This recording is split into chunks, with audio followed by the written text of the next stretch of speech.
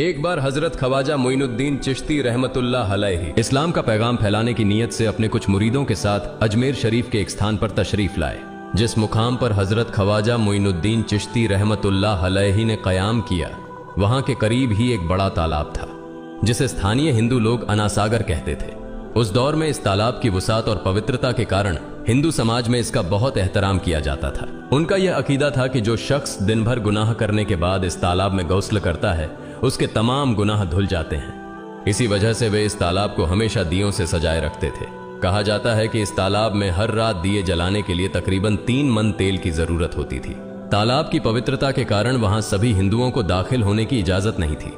सिर्फ आला तबके के ब्राह्मण ही वहां गौस्ल कर सकते थे और तालाब के पानी को छू सकते थे। उनका यह मानना था कि अगर ब्राह्मणों के अलावा कोई और तालाब के पानी को छू ले तो पानी नापाक हो जाएगा। हजरत ख्वाजा मोइनुद्दीन चिश्ती रहमतुल्लाह अलैहि और उनके मुरीद लंबे सफर से थके हुए थे। कुछ देर आराम फरमाने के बाद जब नमाज का वक्त हुआ तो ख्वाजा मोइनुद्दीन चिश्ती रहमतुल्लाह अलैहि ने हजरत बख्तियार काकी रहमतुल्लाह अलैहि को अजान देने का हुक्म दिया। हुक्म पाकर हजरत बख्तियार काकी रहमतुल्लाह अलैहि ने अजान देना शुरू किया। उस वक्त हिंदुस्तान में तौहीद का पैगाम और अजान के अल्फाज किसी ने नहीं सुने थे। जब लोगों ने पहली बार अजान के अल्फाज सुने तो उनके दरमियान हलचल मच गई। लोग अपने घरों से बाहर आकर एक दूसरे से कहने लगे, ये फकीर लोग कहां से आ गए और ये क्या पढ़ रहे हैं। अजान खत्म होने के बाद हजरत ख्वाजा मोइनुद्दीन चिश्ती रहमतुल्लाह अलैहि और उनके साथियों ने अनासागर तालाब पर जाकर वुजू करना शुरू किया। जब हिंदू पुजारियों ने देखा कि एक अजनबी दरवेश उनके मखसूस तालाब का इस्तेमाल कर रहा है तो उनके दिल में गुस्से की आग भड़क उठी। एक पुजारी बोला, यह दरवेश कहां से आ गया? बिना हमारी इजाजत के इसने हमारे पाक तालाब को हाथ लगा दिया। हम इस तालाब को कितना मुकद्दस मानते हैं और इन मुसाफिरों ने इसे नापाक कर दिया है। इसका कोई हल निकालना ही होगा। इसके बाद हजरत ख्वाजा मोइनुद्दीन चिश्ती रहमतुल्लाह अलैहि ने तमाम साथियों के साथ मिलकर जमात के साथ नमाज अदा की। लोग ये मंजर देखने लगे और कहने लगे, ये तो कोई अजीब फकीर है। हमारे मंदिरों में सब देवी देवता मौजूद हैं और ये उनकी इबादत न करके किसी नए खुदा की इबादत कर रहा है। अगर मंदिर के बाहर भी कोई खुदा है तो उसे भी मंदिर में रखा जाना चाहिए ताकि लोग उसकी भी पूजा कर सकें। शाम ढलने लगी। शाम होते ही राजा पृथ्वीराज के ऊंटों के चरवाहे अपने ऊंट लेकर उस जगह पहुंचे।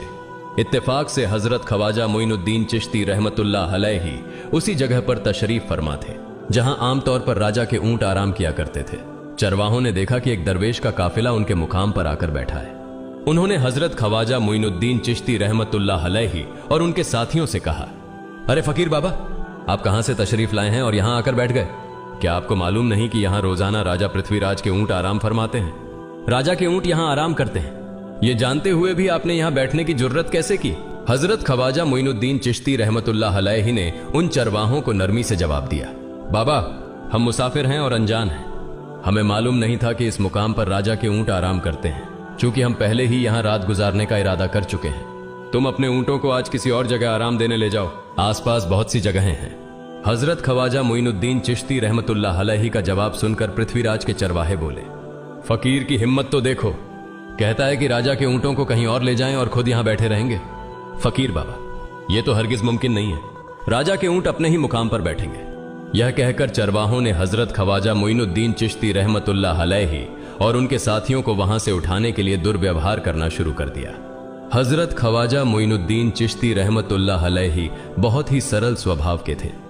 जब उन्होंने देखा कि चरवाहे दुर्व्यवहार कर रहे हैं तो उन्होंने बख्तियार काकी रहमतुल्लाह अलैहि से कहा, बख्तियार, हम यहां बैठकर क्या करेंगे? जब राजा के ऊंटों को यहीं बैठाना है तो रहने दो, ऊंट यहीं बैठे, हम यहां से जा रहे हैं। यह कहकर हजरत ख्वाजा मोइनुद्दीन चिश्ती रहमतुल्लाह अलैहि अपने साथियों के साथ वहां से चले गए।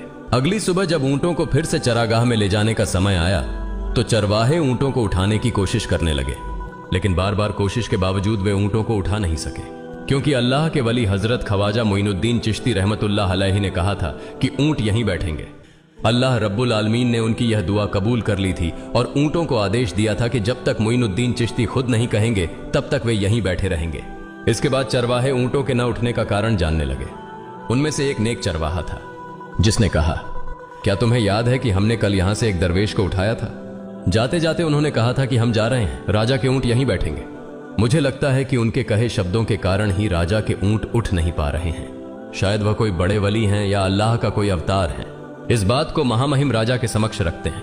इसके बाद चरवाहे पृथ्वीराज के पास पहुंचे और हाथ जोड़कर निवेदन किया, महाराज, हमने बहुत कोशिश की, लेकिन आपके ऊंटों को उनके स्थान से नहीं उठा सके और उन्हें चरागाह में घास चराने नहीं ले जा पा रहे हैं। राजा पृथ्वीराज ने आश्चर्य से पूछा, क्या ऊंटों को कोई बीमारी है जिस कारण वे उठ नहीं पा रहे? चरवाहों ने कहा, महाराज, ऊंट पूरी तरह स्वस्थ हैं, उन्हें कोई बीमारी नहीं है।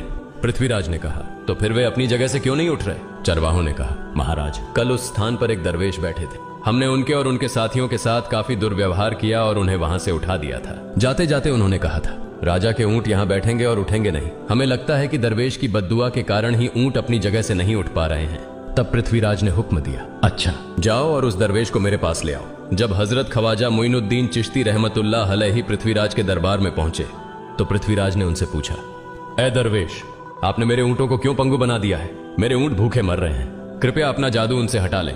अगर जादू नहीं हटाया तो मेरे ऊंट भूखे मर जाएंगे। पृथ्वीराज की बात सुनकर हजरत ख्वाजा मोइनुद्दीन चिश्ती रहमतुल्लाह अलैहि मुस्कुराते हुए बोले, हे अल्लाह के बंदे, हम मुसलमान हैं और मुसलमान कभी जादू नहीं करते। तुम्हारे ऊंटों को मैंने नहीं बल्कि इस संसार के पालनहार महान अल्लाह रब्बुल आलमीन ने बैठाया है। उनकी आज्ञा से ऊंट बैठे हैं और उनकी आज्ञा से ही उठेंगे। लेकिन मैं उस सर्वशक्तिमान से प्रार्थना कर सकता हूं कि वह तुम्हारे ऊंटों को उठने की अनुमति दे। इसके बाद हजरत ख्वाजा मोइनुद्दीन चिश्ती रहमतुल्लाह अलैहि ने अल्लाह से दुआ की, हे अल्लाह, इन ऊंटों को उनकी जगह से उठने की तौफीक दें। हजरत ख्वाजा मोइनुद्दीन चिश्ती रहमतुल्लाह अलैहि की दुआ करते ही चरवाहों ने देखा कि ऊंट अपनी जगह से उठकर चरागाह की ओर बढ़ने लगे।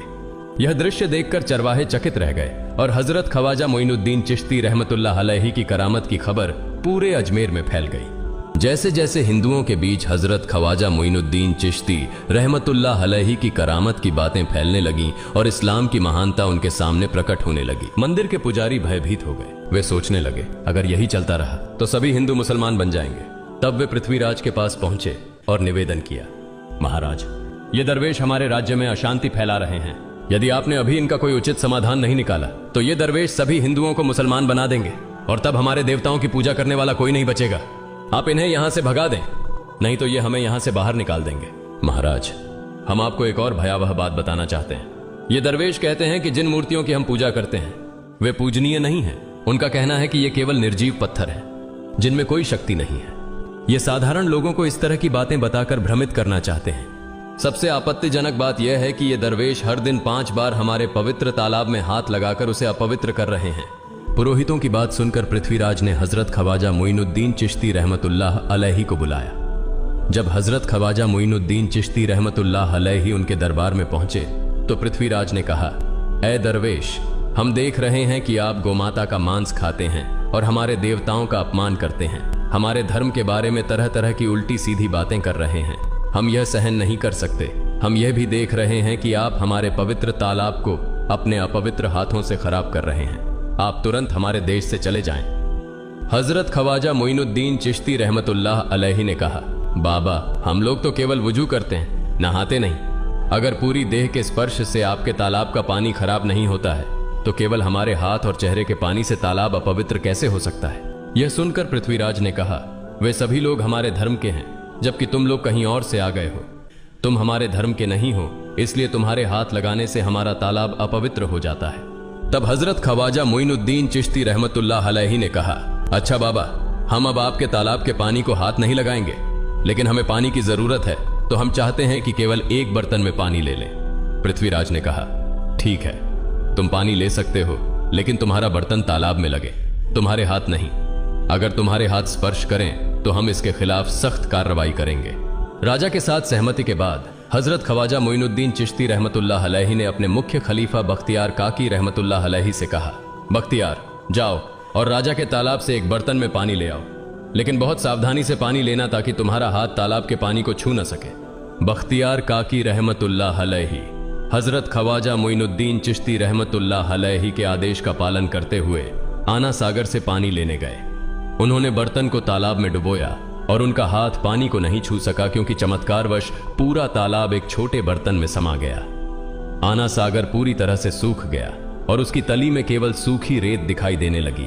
जब पुरोहितों ने देखा कि उनके पवित्र तालाब में एक भी बूंद पानी नहीं बची है और वह मरुस्थल की तरह सूख गया है तो वे घबराते हुए राजा पृथ्वीराज के पास गए और बोले, महाराज, यह तो भारी संकट हो गया है। पृथ्वीराज ने पूछा, क्या हुआ? पुरोहितों ने कहा, उस दरवेश ने हमारे पूरे तालाब का पानी ले लिया है। अब हमारे पवित्र तालाब में एक बूंद भी पानी नहीं है। अगर इस तालाब में पानी नहीं होगा तो हम अपने पापों का प्रायश्चित कैसे करेंगे? दूर दूर से हजारों हिंदू लोग इस तालाब में स्नान करने आते हैं ताकि वे अपने पाप धो सकें। अगर पानी नहीं रहेगा तो वे यहां आना बंद कर देंगे, जिससे हमारा बड़ा नुकसान होगा और अजमेर की मान मर्यादा मिट्टी में मिल जाएगी। पृथ्वीराज गहरे विचार में पड़ गए। वे हजरत ख्वाजा मोइनुद्दीन चिश्ती रहमतुल्लाह अलैहि के खिलाफ कोई कठोर कदम उठाने से झिझक रहे थे, क्योंकि उन्हें आशंका थी कि अगर उन्होंने दरवेश के खिलाफ सैनिक भेजे और दरवेश ने सैनिकों पर भी जादू कर दिया तो उनकी परेशानी और बढ़ जाएगी। इसलिए उन्होंने कहा, तुम लोग जाओ और उस दरवेश को मेरे पास बुला कर लाओ। मैं देखता हूं कि वह क्या चाहता है। अगर उसकी मांग उचित होगी तो हम उसे मान लेंगे, और यदि उचित नहीं हुई तो हम माफी मांगकर अपना तालाब का पानी वापस ले लेंगे। जब हजरत ख्वाजा मोइनुद्दीन चिश्ती रहमतुल्लाह अलैहि पृथ्वीराज के दरबार में पहुंचे तो पृथ्वीराज ने कहा, ऐ बाबा, आपने हमारे तालाब का सारा पानी ले लिया है। हम अपने पापों का प्रायश्चित कैसे करेंगे? पूरे दिन के पाप हम इस तालाब में स्नान करके धोते हैं। अगर तालाब में पानी नहीं होगा तो हम अपने पाप कैसे धोएंगे? हजरत ख्वाजा मोइनुद्दीन चिश्ती रहमतुल्लाह अलैहि ने उत्तर दिया, देखो बाबा, तुम्हारे पास आना सागर है, पर दुनिया के हर कोने में ऐसा तालाब नहीं है, तो क्या वे लोग अपने पाप कैसे धोएंगे? पापों को धोने की ताकत इस तालाब के पानी में नहीं है। पापों को माफ करने वाला केवल अल्लाह है, जिसने आकाश, धरती और पूरी सृष्टि बनाई है। उसकी इजाजत के बिना एक पत्ता भी नहीं हिलता। इसलिए मैं तुम्हें इस भ्रम को छोड़कर सही राह पर आने की दावत देता हूं। वहां मौजूद हजारों हिंदू हजरत ख्वाजा मोइनुद्दीन चिश्ती रहमतुल्लाह अलैहि की बातें मंत्रमुग्ध होकर सुन रहे थे। इसके बाद उन्होंने कहा, जाओ बख्तियार, जिस बर्तन में तुमने तालाब का पानी लिया था उसे वापस तालाब में डालाओ। बख्तियार काकी रहमतुल्लाह अलैहि हजरत ख्वाजा मोइनुद्दीन चिश्ती रहमतुल्लाह अलैहि के हुक्म से आना सागर में बर्तन का पानी डालने गए। जैसे ही बर्तन का पानी तालाब में डाला, आना सागर फिर से पानी से लबालब भर गया। इस चमत्कार को देखकर वहां मौजूद कई हिंदुओं ने कलमा पढ़कर इस्लाम कबूल कर लिया। यह देखकर हिंदू पुरोहितों और पंडितों की चिंता बढ़ गई। वे पृथ्वीराज के पास गए और बोले, महाराज, यदि अब कोई उपाय नहीं किया गया तो सारे हिंदू मुसलमान हो जाएंगे। पृथ्वीराज ने कहा, मुझे सलाह दो, इस दरवेश का मुकाबला कैसे किया जा सकता है? पुरोहितों ने कहा, यह दरवेश एक बड़ा जादूगर है, इसलिए इसका मुकाबला भी जादू से करना होगा। हमारे बीच एक बड़े पुरोहित और जादूगर रामदेव हैं, उन्हें इसके मुकाबले में भेजें। अगर वह जादू से इसे हरा सके तो हम अपने हिंदू धर्म का गौरव फिर से प्राप्त कर सकेंगे। पृथ्वीराज ने रामदेव को बुलाकर कहा, रामदेव, मैं तुम्हें इस दरवेश को जादू से हराने की जिम्मेदारी दे रहा हूं। अगर तुम उसे हरा सके तो हम अपने धर्म का गौरव फिर से पा सकेंगे। रामदेव ने पृथ्वीराज को आश्वस्त करते हुए कहा, महाराज, आप चिंता न करें, इस दरवेश को हराना मेरे लिए बहुत आसान है। मैं आपके समक्ष हमारे धर्म का गौरव वापस लाकर रहूंगा। इसके बाद रामदेव अपने साथियों के साथ हजरत ख्वाजा मोइनुद्दीन चिश्ती रहमतुल्लाह अलैहि के सामने मुकाबले के लिए पहुंचा। उसने कहा, मोइनुद्दीन, अगर तुम में ताकत है तो मुझसे जादू का मुकाबला करो। मैंने तुम जैसे बहुत से जादूगरों को हराया है, तुम्हें हराना तो मेरे लिए साधारण बात है। हजरत ख्वाजा मोइनुद्दीन चिश्ती रहमतुल्लाह अलैहि ने उसकी बातों का कोई जवाब नहीं दिया। रामदेव ने देखा कि हजरत ख्वाजा मोइनुद्दीन चुप हैं, तो उसने गाली गलौज करना शुरू कर दिया। जब रामदेव अपनी हदें पार कर गया तो हजरत ख्वाजा मोइनुद्दीन ने उसकी आंखों में देखते हुए कहा, रामदेव, तू चिल्ला रहा है, लेकिन मैं तेरे माथे पर ईमान की रोशनी देख रहा हूं। हजरत ख्वाजा मोइनुद्दीन चिश्ती रहमतुल्लाह अलैहि की यह बात सुनते ही रामदेव कांपने लगा, और उसी क्षण अल्लाह रब्बुल आलमीन ने उसके दिल में ईमान की रोशनी डाल दी। रामदेव हजरत ख्वाजा मोइनुद्दीन चिश्ती के चरणों में गिर पड़ा और बोला, हे अल्लाह के वली, मैंने आपके साथ बहुत बेअदबी की है, मुझे माफ करें और मुझे कलमा पढ़ाकर इस्लाम की राह दिखाएं। हजरत ख्वाजा मोइनुद्दीन चिश्ती रहमतुल्लाह अलैहि ने रामदेव को कलमा पढ़ाया और उनका नाम रखा मोहम्मद सादिक। इतिहास बताता है कि बाद में रामदेव मोहम्मद सादिक के रूप में एक बड़े अल्लाह के वली बन गए। प्रिय पाठकों, सोचें, जो रामदेव हजरत ख्वाजा मोइनुद्दीन चिश्ती को पराजित करने आए थे, वही अब उनके हाथ में हाथ देकर इस्लाम की शांति की छांव में आ गए। यह अल्लाह रब्बुल आलमीन का चमत्कार और शक्ति है, जो जिसे चाहे हिदायत दे सकता है। आमीन।